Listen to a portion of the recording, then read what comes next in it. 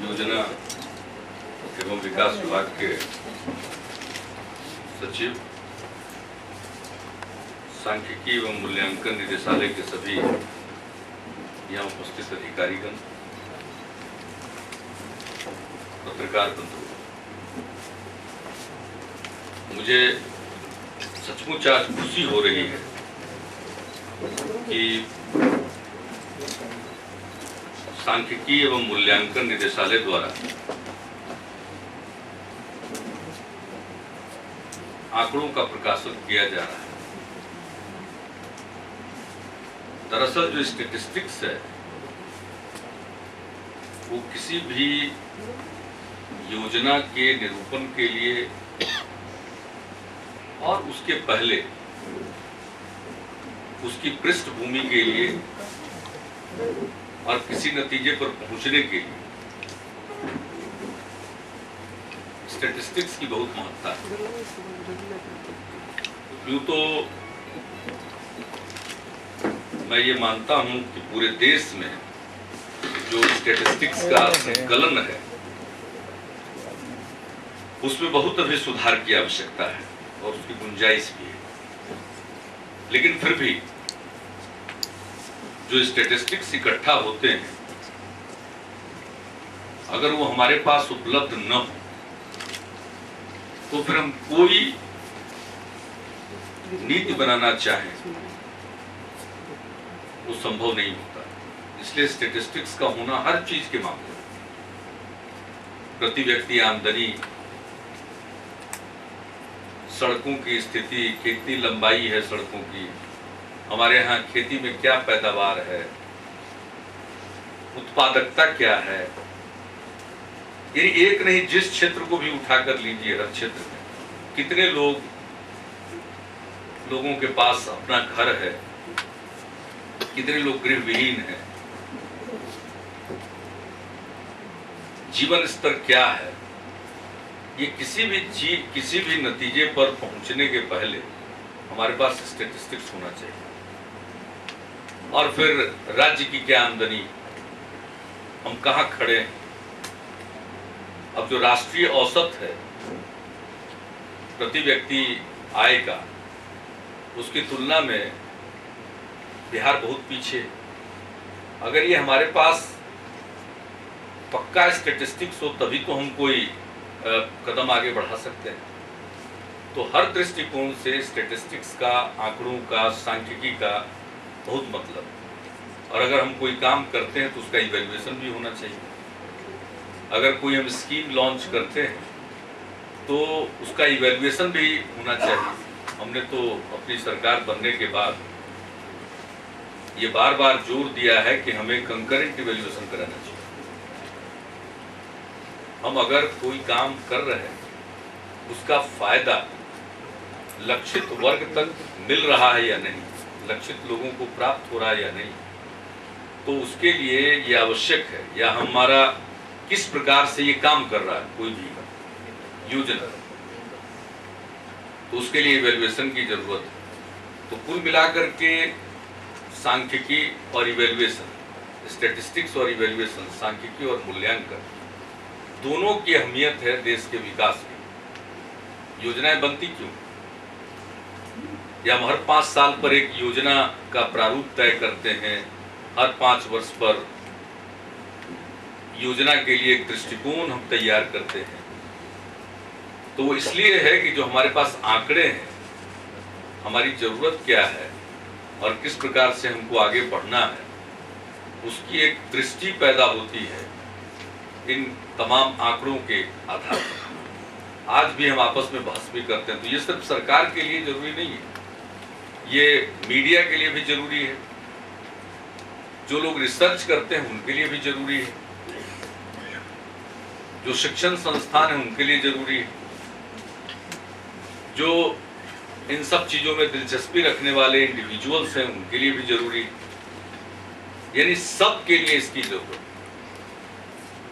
और मैंने स्वयं केंद्र में मंत्री रहते हुए, खास करके जब मैं कृषि मंत्री था, तो जो उसका स्टैटिस्टिक्स डायरेक्टरेट था, उनके साथ हमको काफी बातचीत करने का मौका मिलता था। एक बार जब हमने उनको बुलाया और उनसे बातचीत होने लगी, वो घंटों चली। तो जो हमारे स्टैटिस्टिक्स के लोग थे उनको बड़ी प्रसन्नता हुई। उन लोगों ने कहा कि चलिए, एक आदमी आया, उसको इतनी दिलचस्पी है, अब हमारे यहाँ भी ये काम शुरू हो गया।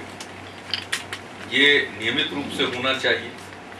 तो ये जो एक लंबे अंतराल के बाद फिर हम नियमित प्रकाशन की ओर जा रहे हैं, हमारे लिए सबसे प्रसन्नता की बात है। क्योंकि अगर समय पर, जैसा कि श्री रामेश्वर सिंह जी ने बताया, अगर समय पर कोई चीज उपलब्ध न हो तो फिर उसका कोई लाभ नहीं। फिर वो एक एकेडमिक इंटरेस्ट की बात हो सकती है, लेकिन उसका व्यावहारिक लाभ लोगों को नहीं मिल सकता। तो समय पर अगर हम योजना बनाना चाह रहे हैं, अगले साल के बारे में सोचना चाह रहे हैं, वो अगर जो बीत गया साल उसके बारे में सारे आंकड़े हमें उपलब्ध हो जाए तो फिर उसके आधार पर बहुत कुछ किया जा सकता है। तो इनकी बड़ी अहमियत है, इसके बारे में जितना कहा जाए वो कम होगा।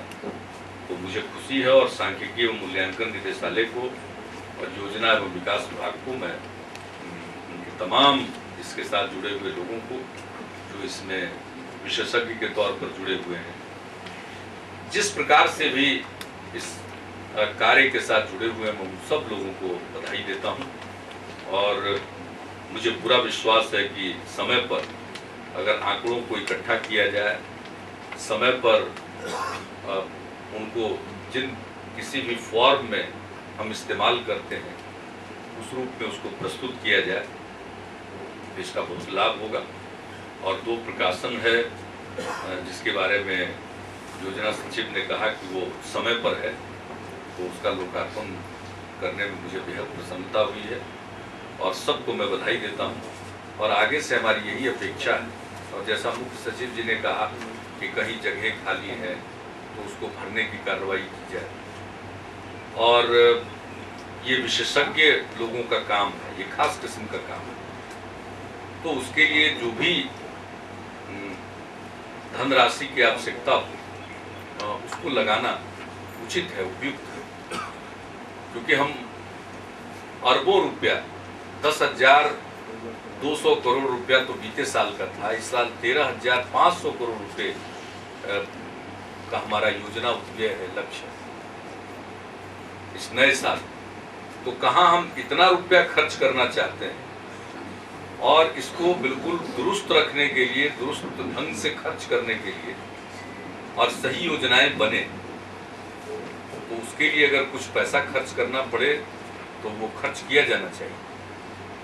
और नए सिरे से इसको संगठित करने की कोशिश हो रही है, तो ये बेहद प्रसन्नता की बात है। लोग मिलते हैं हम लोगों से, उनकी बात सुनते हैं, हम लोग देखते हैं फील्ड में क्या हो रहा है, उसके आधार पर कोई एक राय बनाते हैं, योजनाओं का निरूपण करते हैं। लेकिन अगर उसके साथ साथ आंकड़े हो तो फिर वो ज्यादा बेहतर ढंग से हम कर सकते हैं। अब आंकड़ों पर वो अंतिम चीज नहीं है, क्योंकि आंकड़ों को तैयार करने का, उसको इकट्ठा करने का एक बना बनाया सिस्टम है, उसमें हमेशा सुधार की गुंजाइश। अब एक ही है, अब हाल में ही हम लोगों ने देखा कि आंकड़े बताते हैं NSSO के हिसाब से कि बिहार में गरीबी रेखा के नीचे रहने वालों की संख्या 42%। लेकिन जब हम लोगों ने अभी पुनरीक्षण करवाया तो ये पाया कि गरीबी रेखा के नीचे रहने वालों की संख्या उससे कहीं ज्यादा है। जो जनगणना हुई उस समय जो परिवारों की संख्या थी उससे बहुत ज्यादा इस सर्वेक्षण में बढ़ी। एक प्रवृत्ति भी है, जब लोगों को मालूम होता है कि इसके आधार पर कुछ योजनाएं चल रही हैं तो उसका लाभ हम ले सकते हैं, तो इस नाते भी होता है। तो उसका एक अलग कारण है कि थोड़ा फैमिली स्प्लिट भी हुआ, क्योंकि 2000 में जहां औसत परिवार के सदस्यों की संख्या 6.16 थी, तो अभी जो हम लोगों ने हाल में जो पुनरीक्षण करवाया है, इसके बाद परिवार की औसत संख्या, सदस्यों की संख्या हो गई है 4.38, यानी फैमिली का, परिवारों का विभाजन हुआ। लेकिन इन सब चीजों के बाद 1,13,00,000 परिवार जो हमने गरीबी रेखा निर्धारित की है 13 पर, उस पर लोग आ रहे हैं। 1,99,00,000 परिवार है ग्रामीण अंचल में, शहरी क्षेत्र का सर्वेक्षण अभी चल रहा, अनुमान है कि 24 लाख परिवार होंगे और उसमें कम से कम 8 लाख परिवार गरीबी रेखा के नीचे होंगे। तो ये जो हम आंकड़े पाते हैं, तो इससे हम देख रहे हैं कि ये 55-56% से भी ज्यादा गरीबी रेखा के नीचे रहने वाले लोग, जबकि एनएसएसओ का जो फिगर है उसके हिसाब से 42% है। तो इन स्थानों पर अपनी जगह पर कमजोरियां हैं, वास्तविकता से थोड़ा हमेशा गैर इन आंकड़ों में होता है, लेकिन आंकड़ों को सामने रखकर हम करते हैं। तो इस अवसर पर जहां मुझे खुशी है कि अब हम जो भी एक मेथोडोलॉजी है इस देश में आंकड़ों को इकट्ठा करने का, उसको डिसेमिनेट करने का, उस आधार पर भी तो हम कम से कम करें। बिहार तो वो अभी नहीं कर पा रहा।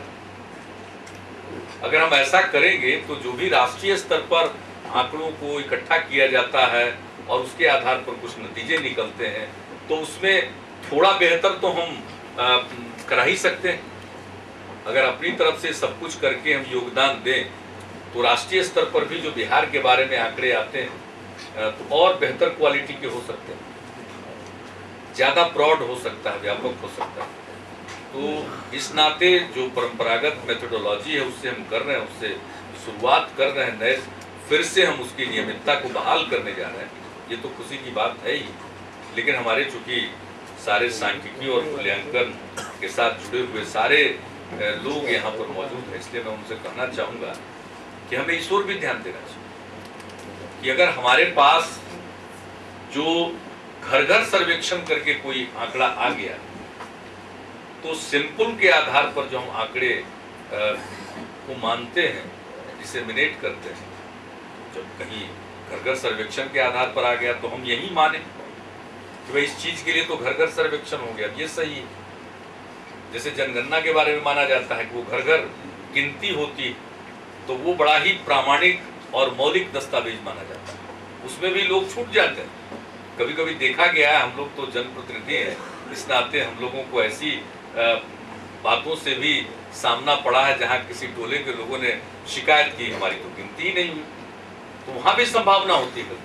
लेकिन फिर भी थोड़ी बहुत कमियों के बावजूद भी वो हमारे पास सबसे प्रामाणिक आंकड़ा उपलब्ध होता है। और फिर एक दूसरा प्रामाणिक होता है स्टैटिस्टिक्स का, लेकिन इसको और सुधारा जाना चाहिए।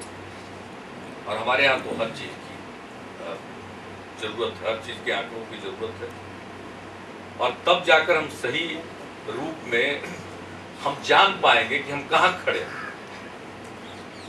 आज तो वस्तु स्थिति ये है कि हम ठीक ढंग से जान नहीं रहे हैं कि हम कहाँ खड़े हैं आंकड़ों के हिसाब से। और आंकड़े ऐसे हैं कि कई चीजों के बारे में हम जान रहे हैं और हमारी राय है और वो सही भी हो सकती है, लेकिन जब तक उसको समर्थन देने वाले आंकड़े हमारे पास नहीं है, तब तक जो इन चीजों के बारे में विचार करने वाली संस्थाएं हैं या एजेंसी हैं देश के अंदर या अंतर्राष्ट्रीय स्तर पर, वो उसको नहीं मानते। वो तो उन्हीं को मानते हैं जो इस प्रकार के सांख्यिकी और मूल्यांकन से जुड़े संगठन के द्वारा तैयार किया जाता है। तो इस नाते भी हम आप सबसे यही आग्रह करेंगे कि न सिर्फ इसमें प्रकाशन में नियमितता आनी चाहिए, बल्कि बिहार को एक दिशा भी देनी चाहिए। अगर जहाँ कहीं भी कोई कमी है तो और बेहतर मेथोडोलॉजी को अख्तियार करके हम आगे बढ़ें तो बेहतर होगा।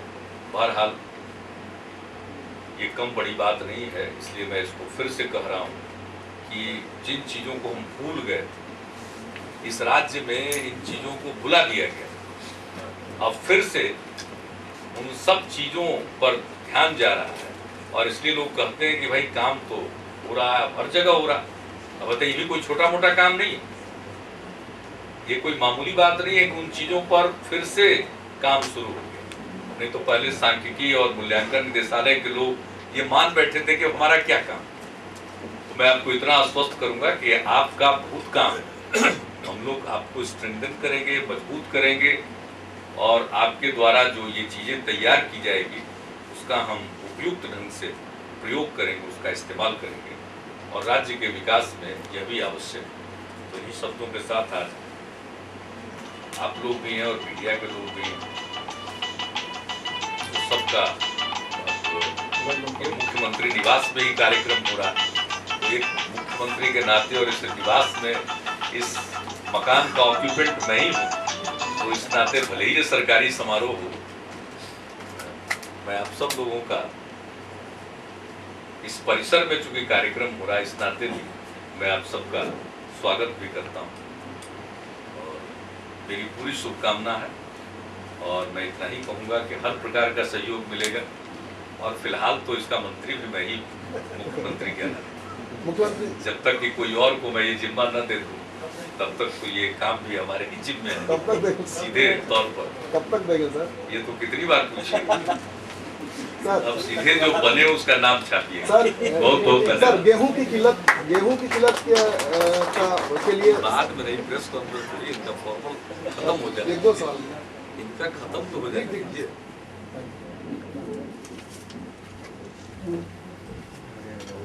आयुक्त महोदय, राज्य के वरिष्ठ पदाधिकारीगण, अन्य पदाधिकारीगण, मीडिया बंधु एवं सहयोगी बंधु, कहा जाता है कि सांख्यिकी प्रशासन का आंख एवं कान है। आंख एवं कान की आवश्यकता सहज ही बोधगम्य है। इससे सांख्यिकी का महत्व स्वतः स्पष्ट। यह विभिन्न गतिविधियों का बैरोमीटर है। आंकड़ों सांख्यिकी के संबंध में निदेशालय प्राधिकार है। कृषि सांख्यिकी के लिए राज्य कृषि सांख्यिकी प्राधिकार शाखा घोषित। इसी तरह अन्य सांख्यिकी गतिविधियों के लिए निदेशालय नोडल एजेंसी। प्राधिकार होने के नाते हमारा दायित्व है कि हम आंकड़ों की सामयिकता एवं विश्वसनीयता को बनाए रखें। निदेशालय इसमें सतत चौकस। सामयिकता के क्रम में कुछ त्रुटियां होती हैं, किंतु यह संसाधनों की कमी, खासकर मानव संसाधन की कमी के कारण हो रही है। अभी राज्य में विकास की आंधी चल रही है। इस आंधी में चिरलंबित समस्याओं, कठिनाइयों का सफाया हो रहा है। हम संख्याता आंकड़ों के सहारे इस आंधी को रेखांकित करने का प्रयास कर रहे हैं। इन्हीं रेखांकन की कड़ी में ये प्रकाशन है। माननीय मुख्यमंत्री महोदय ने बहुत सारी व्यस्तताओं के बीच इसका लोकार्पण कर हमारा मनोबल बढ़ाया है। इसके लिए योजना एवं विकास विभाग, सांख्यिकी मूल्यांकन निदेशालय एवं अपनी ओर से हम आभार व्यक्त करते हैं। मुख्य सचिव महोदय, विकास आयुक्त महोदय अपने कई व्यस्त कार्यक्रमों के बीच इसमें शामिल होकर हमारा मनोबल बढ़ाया है। निदेशालय इनके प्रति भी आभार व्यक्त करता है। हमारे विभागीय रुचि बहुत कम होती है। उनके बीच हमारे प्रयास को ले जाने का काम मीडिया वाले निरंतर करते रहते हैं। निदेशालय उनके प्रति भी आभार व्यक्त करता है। हम अपने सहकर्मी बंधुओं, जिनके अथक प्रयास एवं प्रतिबद्धता के कारण ही ये प्रकाशन इस रूप में आ सके और जिसके लोकार्पण हेतु यह आयोजन है, वो कैसे भूल सकते हैं। उनके प्रति भी मैं आभारी हूँ। अंत में पुनः विभाग, निदेशालय एवं अपनी ओर से आप सबों के प्रति आभार व्यक्त करता हूँ। देखिए, मुझको तो नहीं मालूम है कि केंद्रीय कृषि और खाद्य मंत्री ने क्या कहा है, किसको जिम्मेवार ठहराया है, उसमें मैं जाना नहीं चाहता हूँ। लेकिन अगर आज जो कठिनाई है कृषि के क्षेत्र में, तो वो इसलिए उत्पन्न हुई है कि कृषि के क्षेत्र पर पर्याप्त ध्यान नहीं दिया जा रहा। बहुत कम समय के अंदर हम, जहां एनडीए का जब शासनकाल था दिल्ली में, केंद्र में, तो सरप्लस की समस्या से देश जूझ रहा था और इतने कम समय में ये अभाव की समस्या से जूझने के लिए आज मजबूर है। तो इसके बारे में तो बहुत स्पष्ट है कि जो खाद्य सुरक्षा के बारे में जो टाइम टेस्टेड नीति रही है, स्ट्रेटेजी रही है लंबे काल से इस देश में, उसको कहीं न कहीं उसमें ढिलाई बरती गई। एफसीआई के माध्यम से पर्याप्त अनाज का भंडार इकट्ठा किया जाता था और उससे इस देश में बहुत हद तक खाद्य सुरक्षा सुनिश्चित होती थी।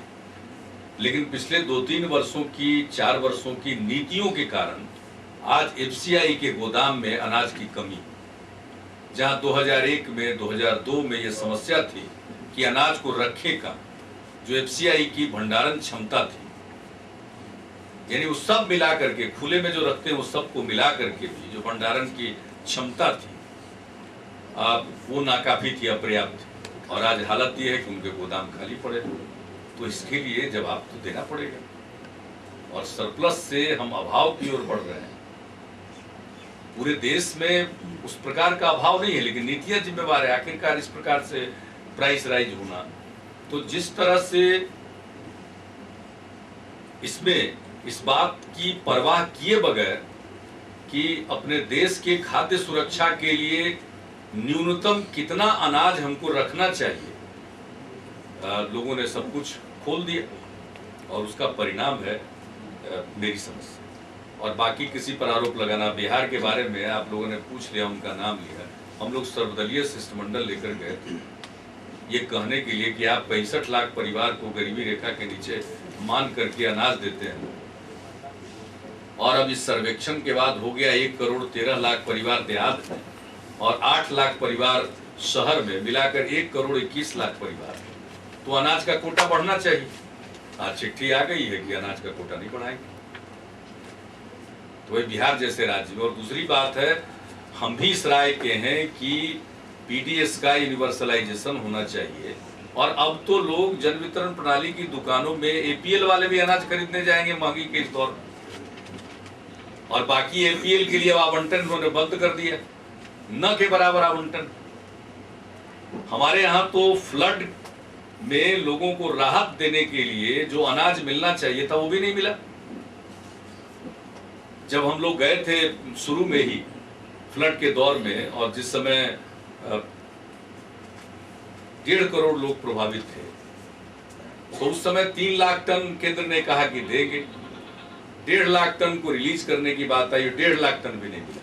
और हम लोग कुल मिलाकर के बांट चुके हैं 4.8 लाख टन। अब बताइए, ये अनाज भी नहीं मिला, तो अब किस चीज के बारे में कहिएगा? पहले तो हमको यही सबका जवाब चाहिए।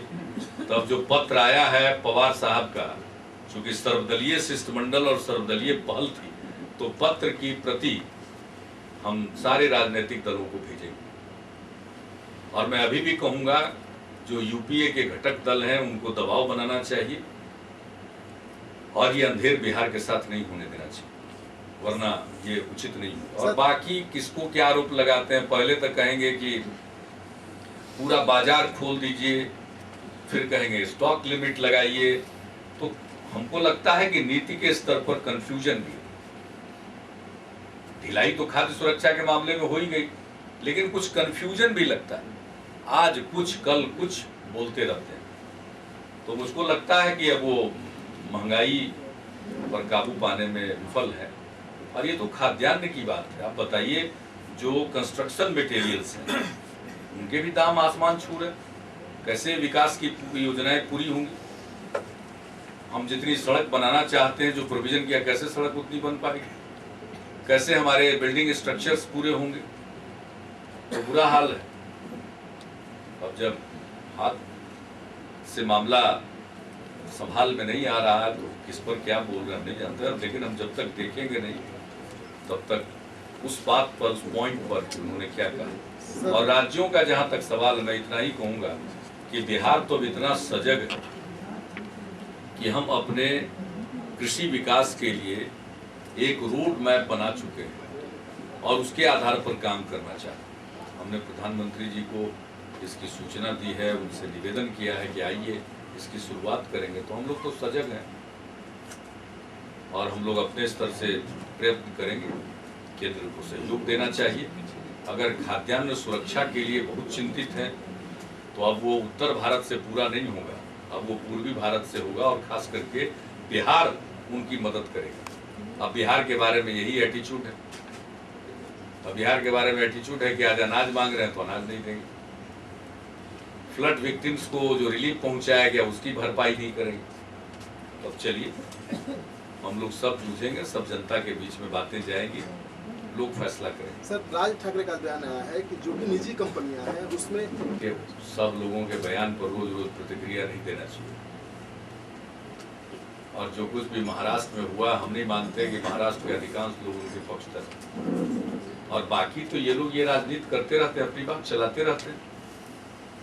अब लोग समझे, देश तो एक है, लेकिन इस प्रकार के तत्वों को इतना खुली छूट दी जाती है जहर फैलाने के लिए। जवाब तो जो लोग वहां सत्ता में वो लोग देंगे, और उनके सहयोगी जितने लोग दिल्ली में सत्ता में वो लोग जवाब देंगे। जनता तो सब देख और सुन रही। कुछ नहीं, हम तो चिट्ठी सारे राजनीतिक दल को भेजेंगे, और वो ऐसी बात नहीं, वो आप लोगों को भी जब सारे राजनीतिक दल के लोगों को भेज देंगे तो वो आप लोगों तक उसका कंटेंट मिल जाएगा। कोई सब्सटेंटिव रीजन नहीं, कोई कारण नहीं, बस नहीं देंगे भाई, हम तो नहीं देंगे। हम तो उनको फिर से लिखेंगे और आंकड़ों को न सिर्फ दोहराएंगे बल्कि और हम उसमें अभी इस बीच में हम लोगों ने जो कदम उठाया है, इस बीच में हम लोगों ने खाद्यान्न सुरक्षा को सुनिश्चित करने के लिए जो हम सब्सिडी की राशि देंगे राज्य सरकार की तरफ से, उसका भी उल्लेख करते हुए भेजेंगे। हम तो एफसीआई से ही इकोनॉमिक रेट पर खरीद करके लोगों को राशन के दुकान पर बीपीएल वालों को के लिए अनाज पहुंचाना चाहते हैं, उसके बारे में भी लिखेंगे। अब परिवार की संख्या बढ़ाने को तैयार नहीं हुए तो हमने जो लॉन्च किया है स्कीम, उसमें कहेंगे कि मुफ्त में नहीं, पैसा लेकर के। और ये जो फ्लड विक्टिम्स को जो दिया गया, बाढ़ पीड़ितों को, तो उसके लिए पैसा रखे हुए हम लोग इकोनॉमिक रेट पर देने के लिए। इकोनॉमिक रेट महंगा होता है जिसमें सारे, हम तो तैयार हैं, हम पैसा रखे हुए हैं, तैयार है, हम तो देने के लिए तैयार हो रहे। उस मद में रिलीज करेंगे तब ना, हम लोग तो देने के लिए तैयार बैठे नहीं। फर्स्ट जहां कहीं भी अगर प्राकृतिक आपदा आती है उसके लिए इंतजाम करना ये मैंडेट है, जो बुनियादी उसका मैंडेट है उसमें ये शामिल है। ऐसा नहीं, इससे भाग नहीं सकते जिम्मेदारी से, वो देना ही है। देते क्या, हम उसके लिए राशि का प्रबंध करके रख दिया है हम लोग। तो ये पूरे घर को बदल डालूंगा कि तर्ज पे पुलिस हेडक्वार्टर को इधर से उधर कर दिया, तमाम लोग इधर से उधर चले गए, और ये जो अभी फिलहाल डीजीपी बनाया गया उनका सिर्फ 4 महीने का कार्यकाल है, जबकि पुलिस एक्ट में 2 साल मिनिमम टेन्योर होता है। ये सब आप लोगों को चिंता का विषय नहीं है, ये होता ही रहता है, सब रूटीन एक्सरसाइज है। आना जाना तो लगा ही रहता है, आना जाना तो लगा ही रहता है। और एक टेन्योर मिलना चाहिए, वो उससे आगे बहुत लोग बढ़ चुके थे, उसके आधार पर सब कुछ किया गया है। इसमें कुछ देखने की जरूरत नहीं है, महज एक रूटीन एक्सरसाइज है और कुछ नहीं। सर, पासवान जी ने कल कहा कि महंगाई पे नियंत्रण, कोई बोले तो उसी से पूछना चाहिए। स्टील का प्राइस राज्य सरकार तय करती है, मिनिमम सपोर्ट प्राइस राज्य सरकार तय करती है अनाज का, बफर स्टॉक राज्य सरकारें मेंटेन करती हैं क्या? एफसीआई राज्य सरकार की संस्था है। किसको मैंडेट है देश में अनाज खरीदने का? एफसीआई को। किसके नियंत्रण में? राज्य सरकार को करना क्या है? राज्य सरकार उत्पादन के लिए प्रयत्नशील है, हम लोग तो खुद ही रोड मैप बना करके और उत्पादन को बढ़ाने की कोशिश कर रहे हैं। हर प्रकार की अपने संसाधनों की कमी के बावजूद हम हस्तक्षेप कर रहे हैं, लेकिन केंद्र में जो बैठे हुए हैं उनके इस प्रकार से बात को टालने से जनता माफ करने वाली नहीं है। चीजों के दाम पर काबू पाएं, बहुत कीमत बढ़ी हुई है।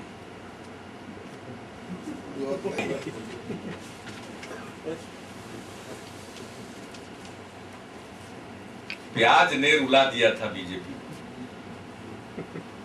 एक चीज में, और यहां तो हर चीज की कीमत भाग रही। इसलिए इसको कंट्रोल करने की कोशिश करें, जितनी कुव्वत है कोशिश कर ले।